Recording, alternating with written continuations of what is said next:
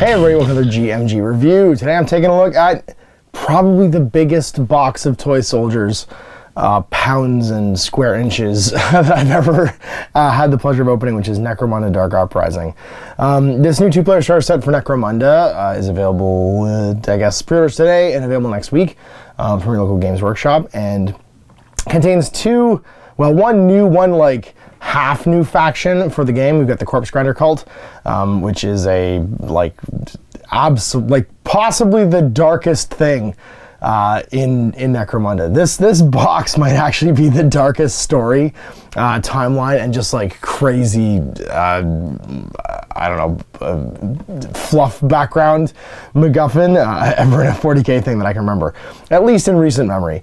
And then we got some Palatine Enforcers and also the Subjugators, which are the big 32 mil based quasi Terminators. Like they're basically like extra armored dudes in super layered armor carrying heavy weapons and stuff like that. So you're gonna have 5 of them in this box. I think 12 Corpse Grinders, like a whole bunch of Corpse Grinders, big guys and little guys, a variety of weapon options, a brand new rulebook, which is a Dark Uprising rulebook, which has specialty missions for running a Dark Uprising campaign, which is pretty cool, so that you can actually run like a separate, it's like a Dominion campaign, basically themed missions just for this particular conflict. And then a short history of the Hive, the story of what happens during this conflict, and how it all just goes terribly wrong. There is no happy endings in this, and it is a dark tale full of cannibalism, murder, and like some pretty gory details. Like this is the dark like secret basically of what goes on Necromunda, how everybody stays fed, and yeah, it's got a Soylent Green turns to the movie Ravenous sort of like flavor to it, which basically ends at all the seals for the Hive. Like I'm not spoiling anything here to tell you that like everyone dies at the end of this. Absolutely everybody dies, and the Hive is marked as a gravesite. So like nothing.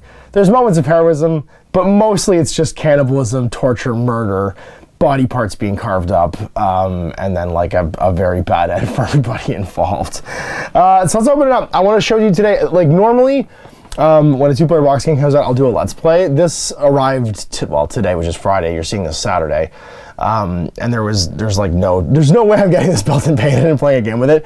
And also it's Necromunda. Chris and I have been playing Necromunda recently, and I wanted to just really enjoy this. One of my favorite all-time miniature games.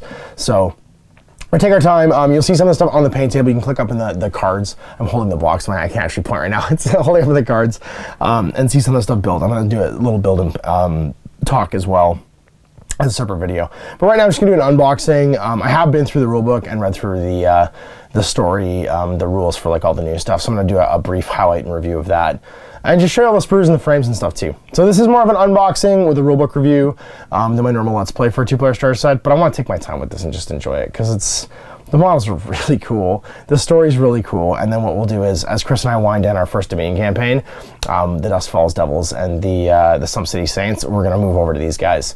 I'm going to give him the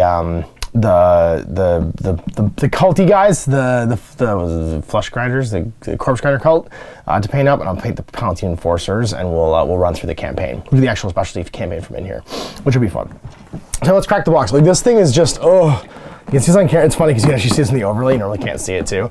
This thing is huge. It's probably 6 inches deep. Like if you guys can see, like it's enormous, and a normal box game size, so it looks like about 20 by 15, 14 maybe. And I got actually, when I got the shipping notice, I got a heavy item notice because I think it weighs close to 20 pounds. It's like 13 or 14 pounds of plastic, and it's entirely plastic frames. I think there's 17 frames in here. You're gonna be familiar with a couple of these. So we've got this, which is the standard Necromunda, like barricades and gubbins frames. So you have the Day of the Tentacle, the Hive or the Gang Shrine, all the bombs, all the loot crates, and all the same sort of Mortalis barricades from the original box set. So nothing super new here. And it's funny because you can actually tell the older frames, they're in a slightly different plastic. I don't know if the camera's picking this up, but this is a slightly bluer plastic to this one, which is like the old, I don't know, I'll say like, this is more Sturmvermin fur versus Mechanicum standard gray. And then over here is the Promethean vents. So I think this is the same as the normal Promethean vents. I'm pretty sure it actually is. Yeah, it's made in 2017. This is probably the same frame. the Promethean vent frame. It's got the little power cells too, which I really like to pop in and out of it. So those who built those before will be familiar with that. And then a whole bunch of brand new frames for your Zone Mortale like walls and barricades and stairs. So you're gonna get 1, 2 of these with the stairwells on them. You can see here, it's like a long three square catwalk. These plates sit over top of the sort of like empty tops. Some clip-on ladders for building them, some stairwells, and then like railings and little like techno bits, hatches and stuff. You get 2 of those. You're gonna get 2 of these big wall frames, and you have to think, so for each of these pillars, and it's funny because the design of these is actually pretty similar. When you see them built, they're basically pillars with walls that snap into them, and you can rearrange them however you want. It's pretty similar to the Death Ray Designs ones, like just from like a design point of view. Obviously, these have tons of texture detail and stuff because they're cast in hard plastic. So 2 of these wall sections, and you can see some inset detail too, like pipes and stuff. And some lighting. 2 of these other wall sections, which have some of the like longer walls and hatches. And these are, I should say these are all the pillars. These are all the pillars that you actually build onto, and some of the longer pillars too. And then these are the walls and doors that go in between. So like a big sealed door. And then the footprint that they sit into. So these are the side pieces, and these will basically not quite connect, but like sit flush to the pillars once you've built them. More pillars. You're gonna get 3 of these big pillar bits. And these are the pillars that sit in between, like, see, these are the big pillars that sit in between everything. You can see they've got the little vents on top and stuff. Now, what's interesting about the new Zone Mortalis terrain and the rules is that it kind of adds 3D to the 2D Zone Mortalis rules, because for the most part, in the previous version, there was no going up ever, right? So you had like the no-go spots in the Zone Mortalis tiles, and you could never really go above them. This kind of lets you go up because you have stairways and catwalks, and it adds more walls, I guess, than anything else. So it does kind of 3D-ify things. It's kind of hard to, I don't know. It changes some of the core like gameplay because you can go up now. And so you got 1, 2, 3, 4 of these pillars frames to go with the walls frames. So doors frames times 1, pillar frames times 4, which should make 2 pillars each, right? So it's 1, 2. You're gonna get 8 pillars out of this. Wait, nope. I'm gonna say, is it 5? Yeah, it's 5 of these actually. Sorry. So you're gonna get 10 pillars. No, wait, 2 more. 12 pillars. I'm lying. There's so many frames in here, and they're all mixed up. So 12 pillars. 1, 2, and this is the long wall. So it's like a long wall, short wall. 1, 2. Long walls, 1, 2 short walls, and then the wall toppers and stairs. More walls, so 1, 2 of these frames. And that means a grand total, like terrain sprues, there are 1, 2, 3, 4, 5, 6, 7, 8, 9, 10, 11, 12, 13, 14, 15, 16 plus the accessories. So 16 of the frames in here, and there are 16 frames are just the like terrain stuff. When we look at the pictures, I'll show you the building instructions and stuff. You'll be able to see just how much that makes and how it fills the table. The table itself that comes in here is roughly 24 by 24, and you don't get cardboard mats. I'm going to show you those in a second. They're a little bit different. We got our corpse grinders, and these are pretty rad. The corpse grinders are fairly modular as far as like the building stuff goes, with the exception of the big guys. The smaller guys are a bit more build your own dudes. You can see the big guys, a lot of them have like a front plate that you'll put in. So a front plate with the big heavy armor, and then they've got their different arms that you can give them. And there's a variety of like meat cutters. You might notice there's not a lot of guns on here. There's some pistols, but for the most part, it's meat saws. And so much of the background material just refers to the revving sound of meat saws in the background, because these are all basically factory workers that work in the Corpse Grinder Guild that are rendering down human bodies for consumption by everybody else on Necromunda. And that's the big secret, is it's a hive that, because Arco Hive becomes rich, basically taking all the dead bodies that they have in the hive, millions of people, and rendering them down into what they call protein, EYN, which is, or corpse, what is that? Corpse dust, corpse starch. And it's basically just rendering everything down into like a base protein paste, and then making it like vat growing it back into like you know, fake slabs of beef and stuff like that. But really, you're always eating people. So all the proteins, even though they're rendered down to base proteins, turns into people. And they have problems with their factory workers because, like, occasionally a factory worker will just get so depressed from throwing human bodies into the grinders that they just jump into the grinder themselves. And the guilders are okay with that. It's when they start licking their saws or licking their fingers after they like carve the bodies, they're like, oh, you can't go in there, you're gonna taint the meat. And so like they like kind of like either just put them in like a vat of acid and dissolve them, or put them like lock them in a corpse barrel until they come back out sane, or just strip them naked and send them out into the ash waste to die. Like, this is a really grim story. So these dudes in the corpse grinder cult, basically, over time, it's the ones that start going crazy, start hearing voices, and the voice they hear is the god of was it the god of blood and sinew, which is corn. And they basically start worshiping corn as a cannibal god. And the uprising starts, and no one really notices because they've been making their tithes. Like, Lord Helmore doesn't care because like there's still meat going out to the other hives. They're paying their taxes, and everyone's eating delicious cuts of beef. It's like in the movie Ravenous. They're just always eating big bowls of stew for some reason. Everybody's got lots of stew. And so eventually it just gets so out of hand, and the guild starts bribing officials to keep everything quiet. It just explodes into like chaos and uprising, and like the crazies, it's literally the crazies start just rampaging everywhere, eating everyone. And so the enforcers start fighting more and more gangers who are like fleeing to the wall basically to get up Hive, and they kill them all, and they're like, why didn't you run away? Like they keep fighting to the death, and it's so weird because like gangs don't do that. And the Palatine enforcer's like, why didn't you run away? And he's like, there's nowhere to run to. And then like as they're basically like clearing away these dead ganger bodies, the sounds of saws just start like erupting in the darkness behind them. So yeah, these guys are pretty grim. Models are pretty cool. These are, I think all three of these frames are the same. Yeah, it's 3 identical frames, but with parts you can mix and match basically to make your corpse grinder cult. And there are some predetermined character cards and stuff in here. I'll show you guys that let you make them. If you don't want to basically like futz over how I'm gonna arm these folk, then you can. But if you want to arm them yourselves, then you totally can. I love the heads. They have these weird like. So basically, they have these weird like denial masks to keep them from eating too much flesh, and I guess the guilders put them on these guys to like keep the crazies from eating the bodies as they're throwing them into the grinders and stuff. And so some of them are still wearing them. They're like muzzles, basically, big metal muzzles. And the rest of them, there's a very like corn bloodbound look to some of them, like their big horns and weird death masks. My favorite one though, it's wearing like a hooded mask. Oh, where is it? Where's the head? It's got a very pyramid head from, yeah, this one. It's got a very like pyramid head from, there's a kind of a Silent Hill thing going on here with some of these masks. And the rest of them are very demony and corn. But like, yeah, this one's just like swinging a saw on a chain basically. There's huge like bone saws and stuff for kind of everything else. They all have like flensing knives and things. And really it's just these 2 pistols. It's the only guns that are in here, these big 2 pistols. Everybody else is chopping and hacking.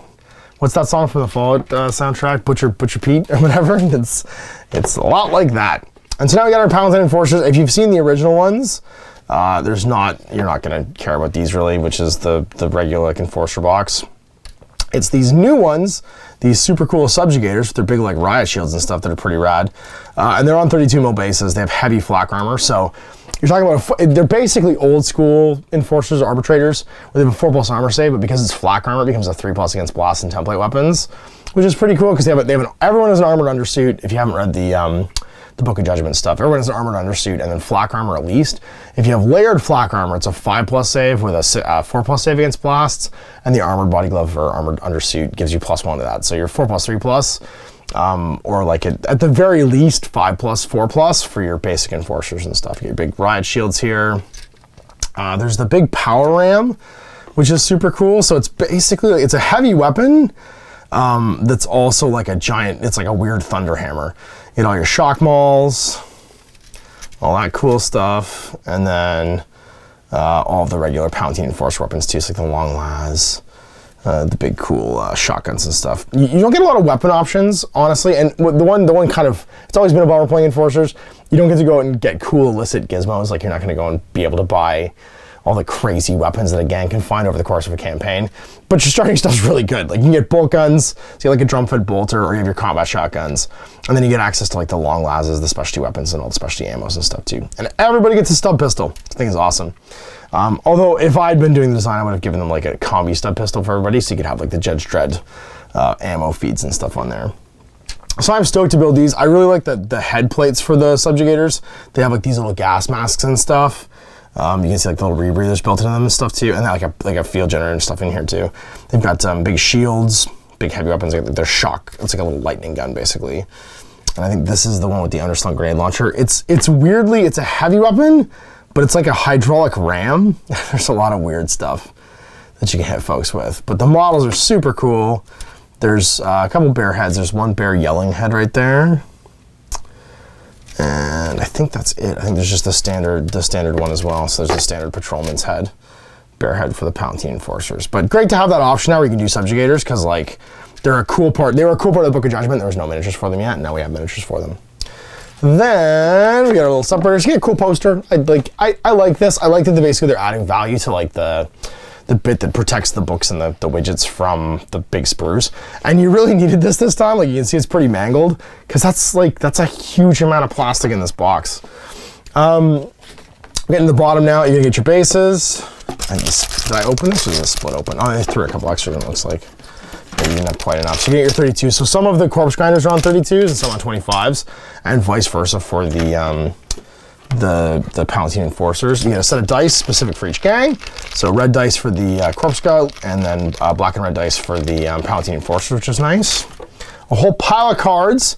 So you're gonna get your card deck for Necromunda Uprising. What's really cool is you get campaign territories, which I think is awesome. So territory cards in here as well. And I just looked at the syllabus of what came in the box. I haven't actually opened these up yet. Let's open up and see what's in here. If I can find a way to not be stupid. Open these suckers up. I don't like to open too much of it up because like then it's just loose in the box when I unbox it for you guys and you can't see it. So you get your territory cards, your settlement cards. I really hope they do. I think they did do a settlement deck. I might have just missed it. It might have just been something I didn't see. But basic stuff like the settlements, wastelands, hab level, reclamation zones, manufactorums, gilder strongholds, slave pits. So this is all used in the bespoke campaign that comes in the rulebook in here. Thermal vents, pre-Saint Fortress, that's your home. So you can get a settlement when you're a Palatine Enforcer, you get a pre-Saint Fortress instead. A Chaos Fane, because of course you have to have a Chaos Fane, and then your tactics cards. And what's nice is they give you this, so they didn't do this in the core box set, they didn't give you the Goliath and the Escher ones, but they actually give you the Enforcer tactics in here in addition to the standard tactics cards. So if you have your standard like tactics decks, instead of giving you a standard tactic deck, like a gang tactic deck, they give you the ones specifically for your gangs. And I thought that was super cool because then like they don't have to sell them separately. You just get the ones for your gang. So for instance, for the Corpse Grinders, they get like Blood Surge. Play it when a standing and active fighter is hit with a ranged attack. The fighter does not become pinned. Instead, they move simple. The fighter may perform this action even if they're not ready. So basically, if someone shoots you, instead of becoming pinned, you move towards them. And that makes sense because like a lot of what you have in that gang is just melee weapons. So you're not gonna have a lot of shooting weapons. Son of Blood. Play this card when a fighter in your gang is taken out of action. Choose a friendly standing and engaged fighter within 9. They immediately make a basic fight action even if they're not ready. So if you kill one of their guys, some of their gang fights again. Whirlwind of Blows. Play this card when a standing fighter in your gang is standing and engaged. For the duration of the fighter's activation, increase your attacks by 1. Frenzy. Choose a single ready model within 9 and line of sight of one of your fighters. The chosen fighter must make a cool check. If they fail, they lose their ready marker and must immediately make a move simple action. Moving is subject to the broken conditions. People freak out because you're in a frenzy. Blessed by Death. +1 weapon skill, just like as soon as they kill somebody. Rend and Tear till the end of this round. All weapons with the melee take gain the rending. So until the end of the round, all weapons with the melee trait used by friendly fighters gain the rending trait. So your entire gang gains rending until the end of the round. Boof. And then Bountiful Feast, I love this one. Remove a number of flesh wounds from fighters equal to the wound characteristic of the enemy, taken out of action by coup de grace. So you eat somebody and remove your flesh wounds. And then Visions of Slaughter until the end of this round. Fighters from the gang treat the charge action as basic rather than double. However, until the end phase of the round, any fighter from your gang that's performing a charge has their weapon skill reduced by 1. So basically you're -1 to hit, but you can fight twice basically because you're gonna make a charge, get your free fight action, and then be able to fight again with a basic action. And then you got your Enforcer attacks. Where did I put them? I put them in somewhere. Did I put them in here? No, it's all the campaign territories. Did I put them back in there? Oh no, I just didn't read them. Shock and Awe. For the duration of this round, D3+1 fighters gain Fearsome. Stop and search. The enforcer rifles the pox of their victim. You gain D6 times 10 creds in their stash. So if you coup de grace or restrain somebody, you can rob them as a cop. I like that you're not good cops. You're just living in a cannibal nightmare. Excellent reconnaissance. For the duration of the battle, one Palatine fighter of your choice gains the infiltrate skill. An extra vest. Roll a D6 after they fail a save roll. The save roll is passed on a roll of a 6. On the result, the failed roll stands. That's not a very good card. I wish I could reroll the save. Like, it's a 6+ chance to make your save after you fail your save. That's not really great. Lockdown. Now place surveying round. Every open door closes, and doors terminally unaffected. Appropriate force. The fighter makes a fight basic action. They gain additional attack. The attack must be made with a weapon with the melee trait and cannot be made with a weapon with the sidearm trait. And it gets +1 damage. I like how it's called appropriate force, even though it's clearly not appropriate. Ankle holster. When you're activating a fighter, tuck this card in the fighter's card. While it's there, the fighter may use their stub gun to make simple shoot actions as well as are in place of making a basic shoot action with any other ranged weapons. If the ammo symbol is rolled for the firepower die, this card's discarded. So basically, you've got an ankle holster so you can make additional shots. And then don't trip. Play this card when an enemy fighter that's used a move simple action finishes, or to climb finishes the action. The enemy fighter must immediately make an initiative roll, and if they fail, they'll fall and replace where they started. If the enemy fighter climbed up using ladders or stairs, they get +2 to the initiative check. So basically, you spook somebody and they fall down. Those are funny tactics cards. You're gonna get 2 updated quick reference sheets, which are really nice.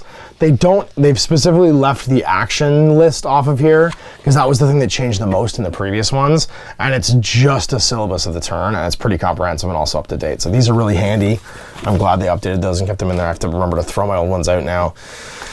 A new style of like assembly instructions. I'm used to the big double leaf book ones. I actually really like these because they're done by thing. So like the enforcers, the subjugators, the corpse grinder cult, and then all of your stuff by type. So your thermic plasma conduits, your columns and walls. So you can see here the way they go together now. So all the columns basically are 2 sides, then you put them on the bottom, then you put the other 2 sides on and put a top down. And they're really simple to build. Like, they're super simple to build. They're basically 5 pieces, a top, and then whatever detail you want to make that's on here different. So you can have them connect to the plasmic stuff, which I think is really cool. And it's all done at a height where these basically just connect perfectly. Or you can put on terminals and like little gas pots too. And then your doors have a base plate, so they slide in and out, so they don't take up the wrong amount of size. What was cool about the previous edition was you had the doors as a 3D terrain element in the first box set. But when we added all of our MDF terrain, the doors are actually a little bit too big. They overlap all the details. And I don't know if the tiles aren't exactly 12 by 12. They're a little bit smaller. No, they are. No, are they? Oh no, I'm thinking of the Forger ones aren't quite 12 by 12. But regardless, the doors are a little bit too big and they overlap. It's nice that you can't accidentally make your doors too big in this case. And then you can see here the other columns. These are the wall sections that go in between, and how you'd lay them out. So like put all of your columns on where those like empty like vent spots are, and then all of your walls will like perfectly fit in between. And you can put stairs together in multiple different ways and have them sit on top. And the stairs all have an end plate basically that sits on top of one of these columns, so that they have a thing to sit on. It's not like the stairs in the Warcry box, where unfortunately they might just fall over because there's nothing really for them to hook onto. And then you've got additional top plates. You can put your vents down, and it gives you a nice example of like how to put it all together. The platforms and stairs are just building instructions, but you can see here there's a snap-on to the base plate, so you can make them sit where you want them to sit. And they're pretty cool too. Same instructions. And the only other thing I'm going to show you is the corpse grinder cult for the instructions, because it's pretty neat. And you can see here, like as I said, you've got basically a front plate for all the big guys, and then your choice of arms. So you can either give them big saws, the big hangy on a rope saw, and then the little guys. I like their names too. The Hand Crimson, Skorgorak, Iakmor, and the Weeping Edge are the names of the 4 big like broody dudes. And Grulok and Korkagor, you get 6 of them basically, and then you get little guys. You get Yezk, Zork, Other Zork, and Jurgoth. And this just gives you an overview of all the parts and stuff, so you can see how they go together, which is nice. I love the like restraining mask heads on the little guys. And all the big guys are just like massive weird brutes. And so there you go. You basically get 3 big guys for every 2 little guys for 10 folks total. Ours is 15, you get 3 sprues for them? I think you do get 3 sprues for them, don't you? Yes, 3 sprues for them. And then our Subjugator Patrol, again, super easy to build, lots of weapon options. So it's just torsos and legs, and then whatever you want to throw on top. So you've got their big pouches and stuff, shields. Where's the sledge? This is the sledge. I love this thing. It's so weird. It's like a weird like melee weapon that pushes people back. So I guess it's designed for like riot control. It's just this bizarre like hydraulic ram that has a grenade launcher slung underneath it. That makes me laugh. I like it. Super cool. Super cool, but unfortunately, I don't know why you wouldn't be able to combine it with, it doesn't have unwieldy, so you should be able to do it with a shield. But the problem is, I guess, modeling it that way, because I'd want to have it with a shield, like, obviously. Yeah, I forget it. Maybe just put the shield on his back. Then you got some more dudes with guns and shields, because the shields are amazing. +1 against guns in the front arc, +2 against melee in the front arc. It's rad. You got 2+ save Enforcer in melee. As, I mean, you would if you had a giant, huge shield like that. You can get some classic 40k templates in Blazing Orange. Now watch out for these. These are the ones that are the hard plastic, which means they are kind of shattery. So I would definitely use clippers. Don't try and bend these out because they will snap. And you get your templates. And now we're on to the weird stuff I want to show you, which is the mat. Now the mat is paper. They didn't, sorry, it's actually not paper. It's vinyl-y, like a super thin vinyl. It almost feels like a nylon. Like it has like a weave to it, and it's pretty durable. It's like a high quality, durable gaming mat. It's not tiles though, so your standard Zone Mortalis setup you can't really do where you change the shape of this. It's always gonna be a 24 by 24 inch square. I do like they did it in like the emergency lights red. I'm probably gonna use this side though because it's more matte when I actually do my videos. You can see it's fairly reflective. And the seams are okay. Like it'll flatten out pretty well when I flatten it down. I can't use the other ones unless they don't have any terrain on them, so I'm gonna have to start off using this. I will probably end up going and buying the plastic ones because it's cooler doing plastic ones, just to be able to use like the standard Zone Mortalis setup rules. I do like that it's in a material that isn't just a poster. It's in this weird, I don't know, it feels, so what it feels like is the stuff that they make vinyl banners out of for like conventions and stuff. It's, if you can kind of hear this, it has like a weave. So it's probably not gonna, should I try and rip it? No, it will rip, never mind. It will rip. It is just paper, it's just the overlay has some kind of a weave on it, texture, to try and like mat it down. But I mean, super nice art, and they weren't gonna do it in neoprene. You know, like it was never gonna be in neoprene. We got some promo stuff. I think I showed you guys is just all the cards. Now there's none pre-printed. It's just a big stock of nice blank cards, so hooray, more blank cards. Because you can never have enough of these when you're playing a Necromunda campaign. And then some decals, a little translucent range ruler. It's one of these little guys, which is pretty, just, you know, Necromunda-y. I think it's the same one as Necromunda. It doesn't have any corpse grinder stuff on it, I don't think. I think it's the same as the normal one. Some baggies for your dice, and some decals for your corpse grinder cults and for your Palatine Enforcers. And they give you in black and white, depending on what color you want to paint them, which is nice too. And that's our contents, except for the Dark Uprising box set. I gotta get this giant box out of here and actually show you the rulebook. And let's jump into the rules. So, the rulebook. This is a pretty great softcover rulebook, and actually is significantly more comprehensive than the original softcover rulebook from the original starter set. What I love about this is it has a campaign system in it. So, as we go through, and like just to give you like a sense of the tone of this book, man, holy moly. Dripping gore and bloody meat, hidden cults, lies and deceit. To hunger mortal flesh succumbs, the Lord of Skin and Sinew comes. That's just giving you a taste of what this book's gonna be like, because man, it gets dark. And then we have Proclamation by Lord Helmwar. Everything's going great. everyone's tithing great. Everything's perfect. Oh, additionally, by the way, we're going to enact the Apocalypse Protocol.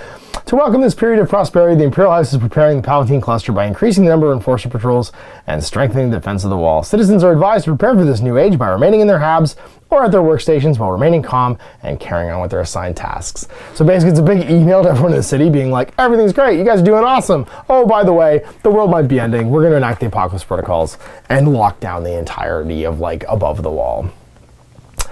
So yeah, here's your overview of the contents. I mean, you guys have just seen the inside of the box, so it's not super relevant, but you can see here how that 24 by 24 inch map gets filled up.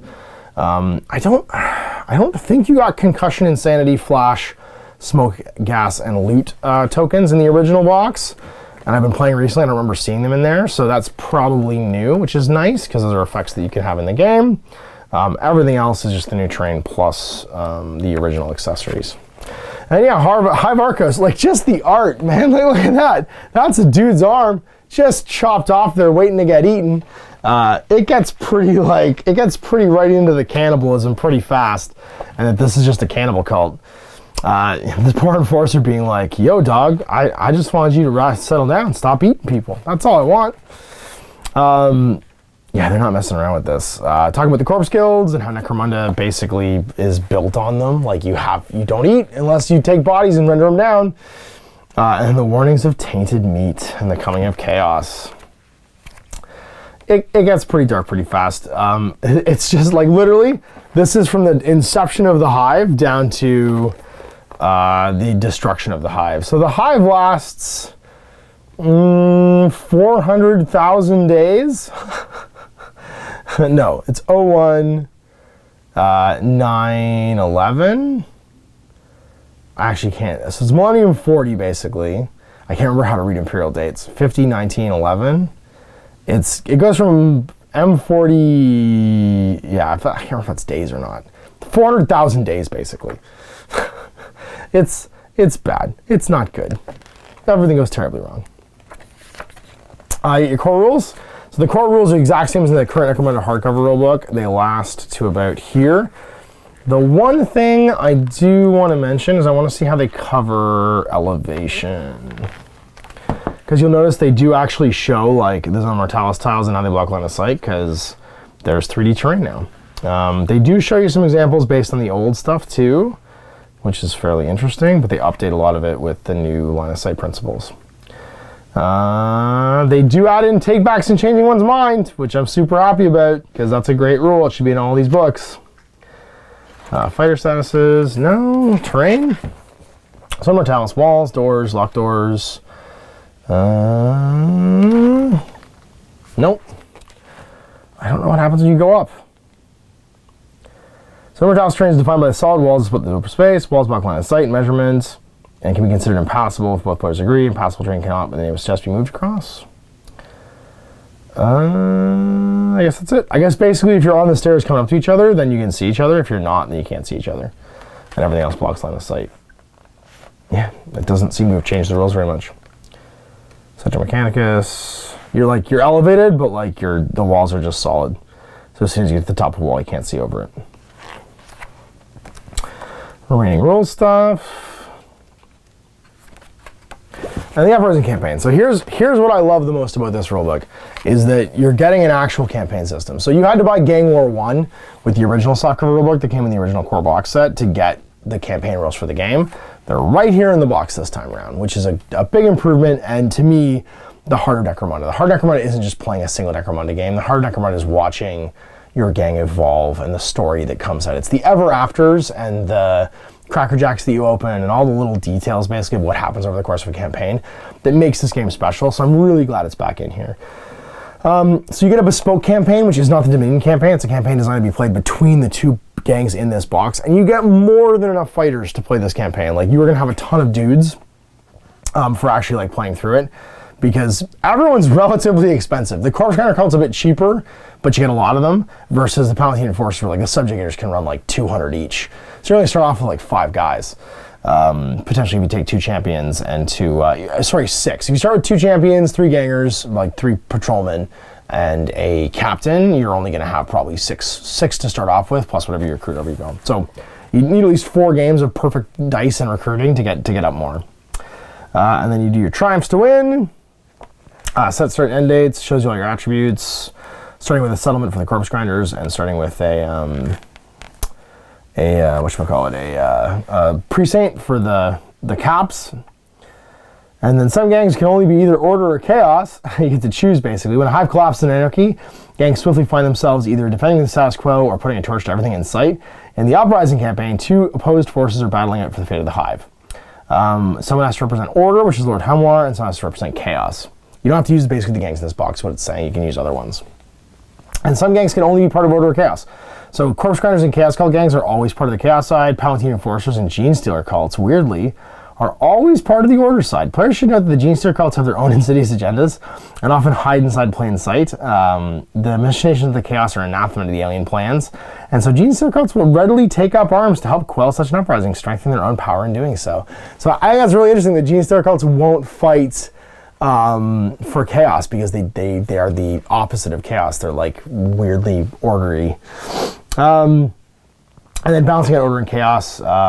The Uprising campaign has been designed to work with any mix of chaos, order, and online gangs. And it's possible to find the agents of order fighting amongst themselves to control the hive.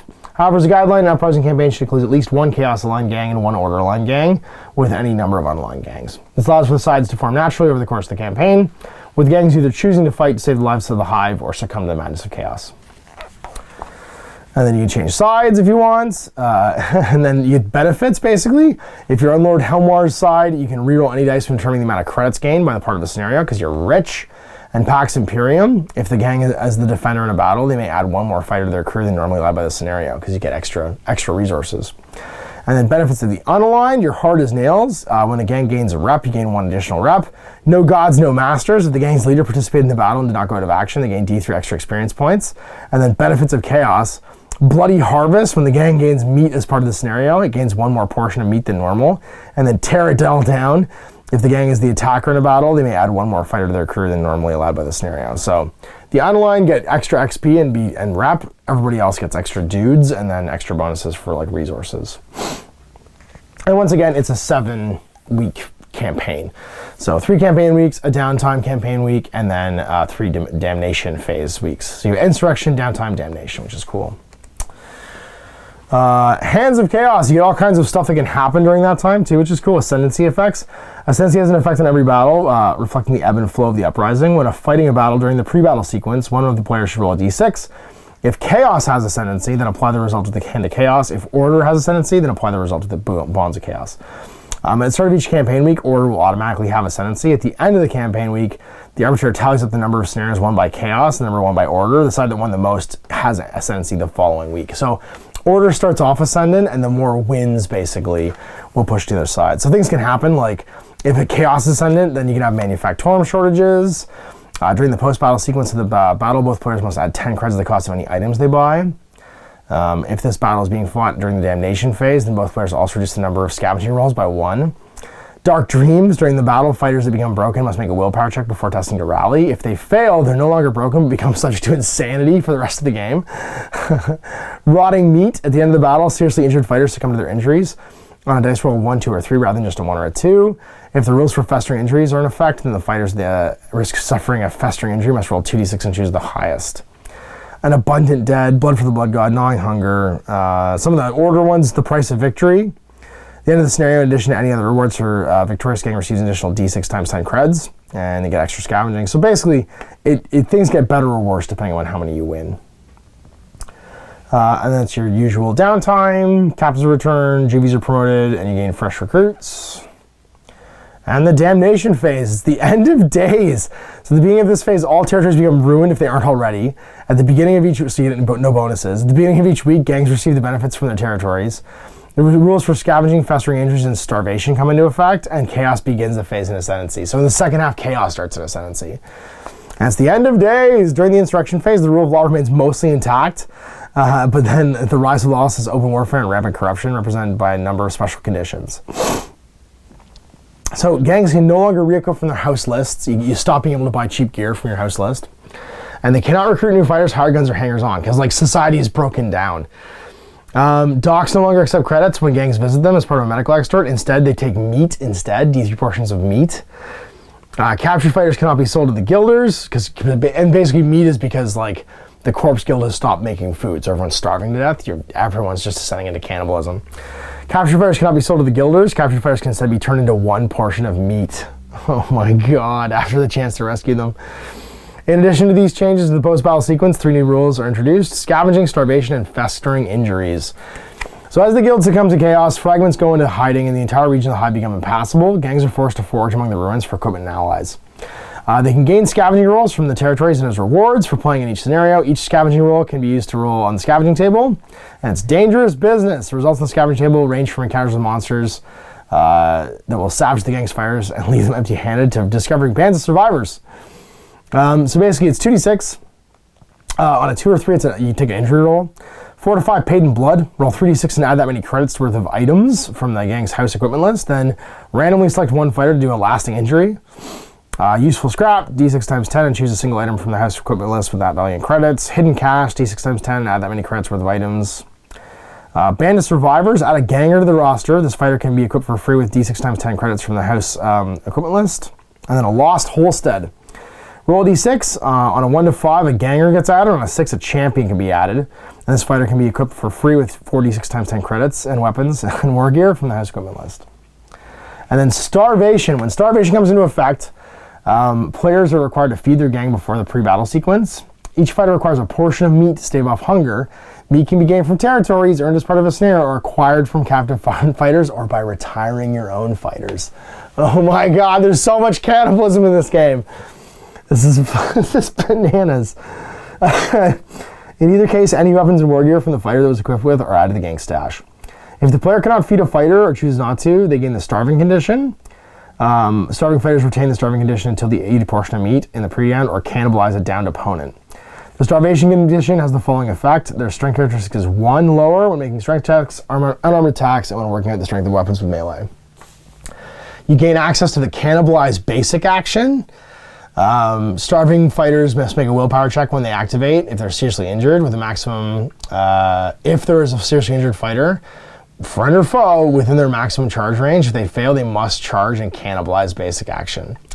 If a fighter has such an opportunity to perform a coup de grace, they will instead make a cannibalize action. It's a basic action. They feed on the flesh of a wounded adversary. Even like so everyone does this. Even the cops start doing this. Immediately roll for lasting injuries and apply the result, counting results of lesson learned, out cold.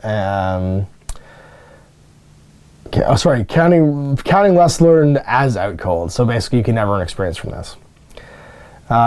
And note the seriously injured fighter remains on the battlefield and may be fed upon again unless they roll a critical injury or a memorable death. So people can eat on them all the time, but they immediately lose the starving condition if they do so. That's so gross. And then finally, festering injuries. When a festering injuries rules are in effect, there's a chance that it will become a mutation, and the result of a lesson learned or out cold or grievous injury, critical injury, or memorable death, apply the lasting injury as normal. Otherwise, roll a d6. Add 1 to lasting injury was inflicted by a fighter aligned to chaos. Add 1 if the lasting injury was sustained during a campaign week in which chaos was an ascendancy. And add 1 if the fighter who suffered the lasting injury has a starvation condition. If the result is a 6 or more, then the lasting injury becomes a mutation. Do not apply the effects of the lasting injury, but instead basically roll a mutation. The same mutation cannot be gained more than once. The boons of the Dark Gods always come at a price, and no one suffers their blessings without some. So as soon as the fighter gains a number of mutations equal to their toughness characteristic, they turn into a chaos spawn. Chaos Corpse Grinder or Chaos Corrupted Gangs can replace the fighter with a chaos spawn instead. So as you become more messed up, you eventually turn into a spawn. So you get Hungering Pride. You have to activate first, but you gain additional experience points. Take a leader or champion out of action. Dark Madness, make an intelligence check when they activate. If test has failed, roll a d6 to determine their first action. 1 or 2, it's a move. 3, 4, fight. 5, 6, none. Bestial Senses. They can't be included as part of a group activation, nor can they initiate a group activation. They can also be equipped with a bioscanner. Disturbing Appendage. They always count as being armed with a fighting knife and cannot be disarmed. When using weapons with the unwieldy trait, the fighter suffers a -1.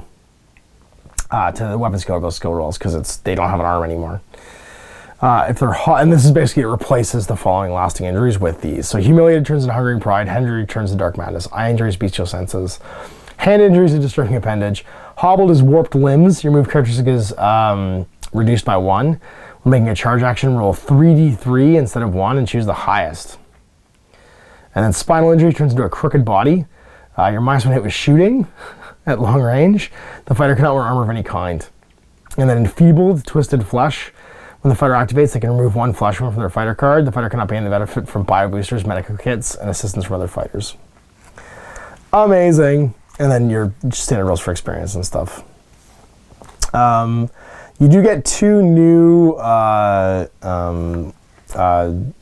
like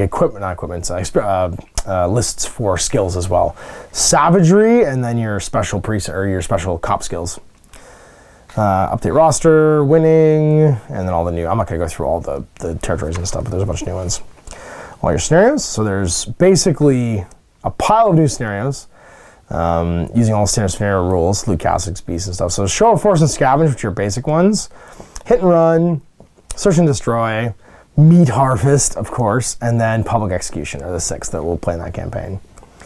Your enforcer patrols, this is all the same as in the Book of Judgment. And the corpse grinder cults. So you get a butcher, who's your leader. He has a 2+ weapon skill, 4+ ability skill, strength toughness 4. They're basically slightly less tough Goliaths. 2 wounds, 4+ initiative, and 2 attacks. And he's cool 5+, leadership 5+, willpower 5+, and intelligence 7+. He's got a butcher's mask and plate mail for free, and can only be armed with close combat weapons. No guns. Special rule, first to the fray. When he makes a charge, he has D6 instead of D3. And then a cutter is your champion, only 90, weapon skill 3+. Bliss skill 5+, strength 4, toughness 3, 2 wounds, initiative 4+, attacks 2, and then 6+, 6+, 7+, 8+ for his mental stats. Again, only melee weapons. And then Dervish, when he makes a fight action with the versatile trait, their vision arc is 360 because he spins around fighting in all directions. And their 5-inch move, which is sweet because they're faster than Goliaths are. And then your gangers are all called Skinners. They have weapon skill 3+. And they can have, they come with a Skinner's mask and plate mail, and they can only have your armed with close combat weapons. They get a Berserk charge. They're Berserk fighters, eager to prove themselves. They have the Berserker Frosty skill for free. When they make a charge, they roll an additional die. Specialists, during the Uprising campaign, Skinners are treated as specialists and may expend XP accordingly. And then finally your initiates, which are your juvies. They can buy pistols. So your worst guys, but their weapon skill 4+, and bliss skill 4+, and strength toughness 3 move, they're basically just standard gangers. They have initiative masks and flak armor with no weapon restrictions. So they can actually buy an auto pistol, which is cool. And then they can infiltrate. This fighter's set up using the cunning skill, infiltrate. So set up to one side. And then your butchers can have brawn, combat is primary, ferocity is secondary, leadership is primary, savagery is secondary, and savant is secondary. And then cutters are primary brawn, primary combat, cunning secondary, ferocity secondary, leadership secondary, but savagery is primary. Skinners are basically the same, with primaries being combat and savagery. And then you can get crazy weapons: boning swords, butcher's chain cleaver, butcher's cleaver, chain glaive, fighting knife, flensing knife, heavy chain cleaver, heavy rock cutter, paired butcher's chain cleavers, paired heavy chain cleavers, rotary flensing saws, and 2-handed axes. The juvies, which are initiates, can have auto pistols, hand flamers, and stub guns. And then you special weapon, they can have a flamer, they can have a harpoon launcher, or a heavy flamer. So not a lot of like good range weapons, except for maybe the harpoon launcher and that's really it. Everyone can have frag, crack, incendiary. Not everybody. The juvies can have frag, crack, incendiary charges, krakens, and smoke grenades. And then your armor is hazard suits, mesh armor, and plate mail. Although most of your big guys come with plate mail. And you can buy gang equipment, booby traps, and personal equipment, armored undersuits, which is cool, which means all your big armor can get bigger. A cult icon, corpse grinder cult icon, dum-dum rounds, frag rounds, manstopper rounds, photolumens, respirator, skin blade, and stim slug stash. This is the head I love. I love this head. He's so good. That's such a cool piece. And yeah, you get crazy weapons. The boning sword is strength normal, -2, 2 damage, melee parry rending. Oh, it's so good. The chain cleaver, strength +1, -2, 2 damage, melee shred. Like, the weapons are just insane. The butcher's cleavers are strength +1, -1, 1 damage, disarmor melee. Chain Glaives are 2-inch reach, -1, strength +2, -2, 2 damage, with melee, unwieldy, and versatile. And then the fighting knives, so standard. Flensing knives are rending knives, which is cool. The heavy chain cleaver is +1 hit at long range. That doesn't make any sense because it doesn't have reach. I guess it's just +1 hit, I guess. The chain glaive is -1 at short, and then at 2 it's normal. I guess the chain cleaver is just +1 hit, strength +2, -2, 2 damage with melee and sever. I don't know why you wouldn't just use that. And then heavy rock cutter, +4 strength, -4, 3 damage, melee unwieldy. Paired butcher's chain cleavers, strength +1, -2, 2 damage with paired melee and shred. Heavy chain cleavers, +1 to hit, +2, -2, 2, and they've got paired sever and melee. Oh my god. Like these, they're just horrifying. Rotary flensing saw, it's got a 4-inch long range. You can do versatile at 4-inch range.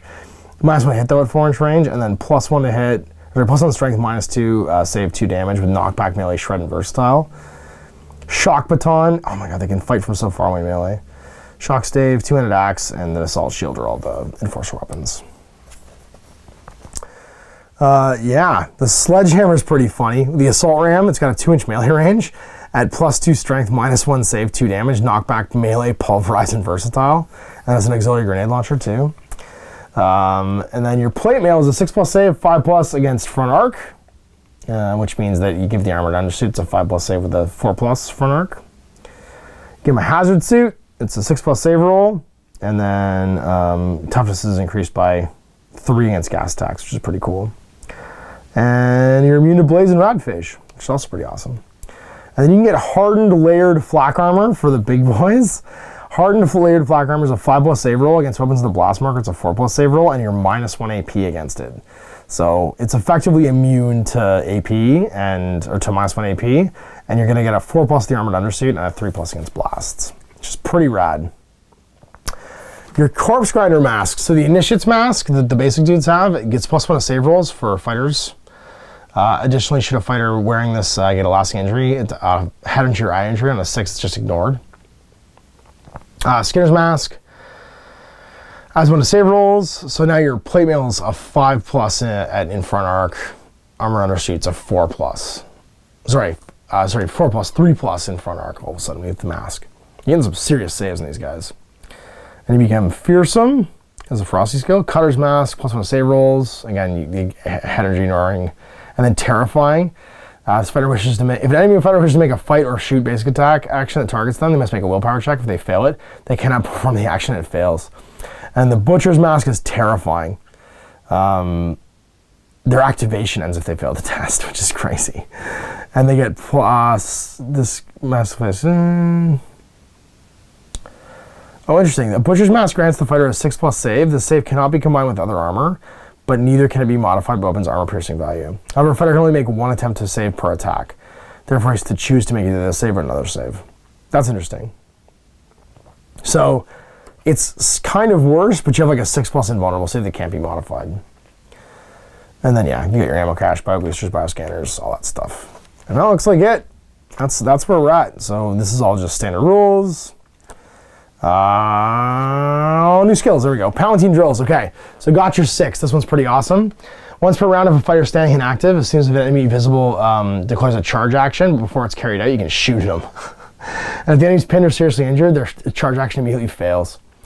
Helmar's Justice, when you make a coup de grace, roll twice on the lasting injury and apply both results. Or it's probably which result applies, because you're a terrible, terrible person. Non-verbal communication, you can make somebody's vision arc within 6 inches, 360 with a cool check. Restraint protocols, you can restrain you can auto-capture instead of doing a coup de grace. And then teamwork, you get to add an additional activation basically. So if you're a champion, you get 3. If you're you get 2. If you're a leader, you get 3. And then threat response, enemy fighter ends their movement within 6 inches, you can make a charge. So if someone charges and ends their movement within 6, you can charge and interrupts their charge. And then for the savagery ones, Avatar of Blood. Every unsaved wound this fighter makes with a melee weapon, you get to discard a flesh wound. Bloodlust, you can consolidate and make a coup de grace at the same time. Crimson Haze, if this fighter is engaged with one or more enemy fighters, they don't have the capacity nerve tests they're required to make. Frenzy, when this fighter makes a charge double action, they gain D3 attacks, but their hit rolls are at -1. And then Killing Blow, before rolling to hit this fighter's close combat attack, you can just opt to make a Killing Blow attack instead. You don't get to use it with a sidearm weapon. If the attack hits, the strength and damage count is doubled and no armor save rolls can be made. So you do a killing blow with like that rock saw, and your strength would be like 16 with 6 damage. And then finally, Slaughterborn. For every unsaved wound this fighter inflicts on an enemy fighter with a weapon with the melee trait, their movement is reduced by 1 inch for the duration, or sorry, increase their movement by 1 inch for the duration of the battle. They get more crazy basically as they kill people. And that's it. A great little rulebook. I'm really happy that they did this with this rulebook, because the first, if this is your first Necromunda proc you're gonna go buy, one, you got a serious amount of stuff in here. Like the mat notwithstanding, and if I was going to play with the mat, I'd probably actually just cut it into 4 pieces. Maybe laminate it if I can get like a matte lamination on it. And then I could actually do like a standard Necromunda tile setup. It's actually probably what I'm gonna do, is cut it into 4 pieces and laminate it. And that's gonna mean that I can do a more standard terrain Zone Mortalis thing with it. And I'll just probably go buy the plastic ones too.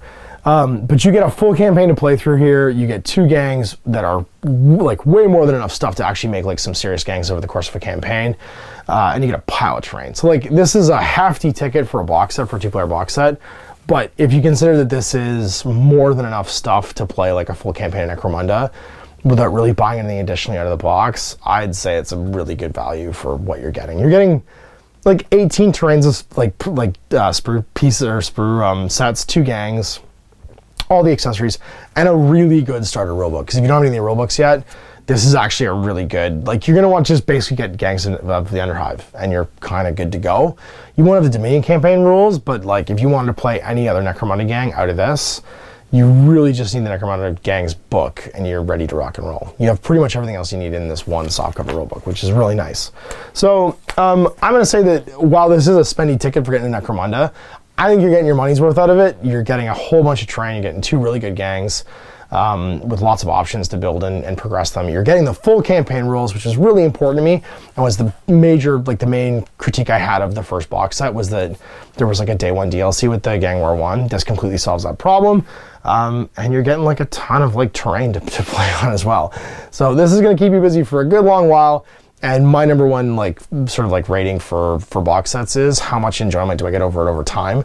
The fact that I've got a ton of toy soldiers to build and paint. I've got at least 7 weeks of campaign play out of this, but like right here, where I'm not going to build and paint the gangs all at once. I'm going to build and paint my starting gangs, build the terrain, and then play through as I go. I think I'll be pretty happy with this as like my first Necromunda experience. So hopefully, for those of you that are excited about Necromunda and never tried it out, you'll be able to get your hands on this for Christmas and give it a go, because it's a great first product, I think, for everybody. If you're an existing Necromunda player, do you need this? Not really. I mean, it's nothing that we don't already have in the hardcover rulebooks. If you're excited about the Zone Mortalis terrain, awesome. I think it's a great add-on. This might be something that your gaming group invests in, as opposed to, and splits as a group though, as opposed to everybody buying one individually. Because you're not going to have anything super new in here apart from the Corpse Counter Cult and the campaign. And the background and stuff too. What you'd be getting then is the terrain that you can all share. So I think that's worthwhile if you're going to split between 2 or 3 friends and run the campaign all together. That's probably a better idea. But if you're looking for getting a first product, this is definitely a great value box set for getting everything all together. And if you're looking to get this as part of like your gaming group's campaign, I'd recommend getting it as a group and sort of like doing that all together. So anyway, I hope you enjoyed that. We'll see you for more GMG reviews in the future. Till I'm Ash. Have a good one. I hope you enjoyed that video. If you want to support the channel, of course, like and subscribe and hit the little bell below so you get notifications when I post future content. I do post stuff 7 days a week. If you want to support the channel further, you can, of course, buy a t-shirt through Spreadshirts, buy a measuring gauge or objective markers from Death Ray Designs, or, of course, most importantly, there is Patreon. Patreon is what makes all this possible, keeps the lights on, pays for the studio costs, pays for the equipment, model costs, and everything else, and most importantly, puts food in my kids' bellies and a roof over their heads. Big thanks to everyone, past, future, who supported me. I do this stuff because of you guys, and of course, I will continue doing it as long as I can.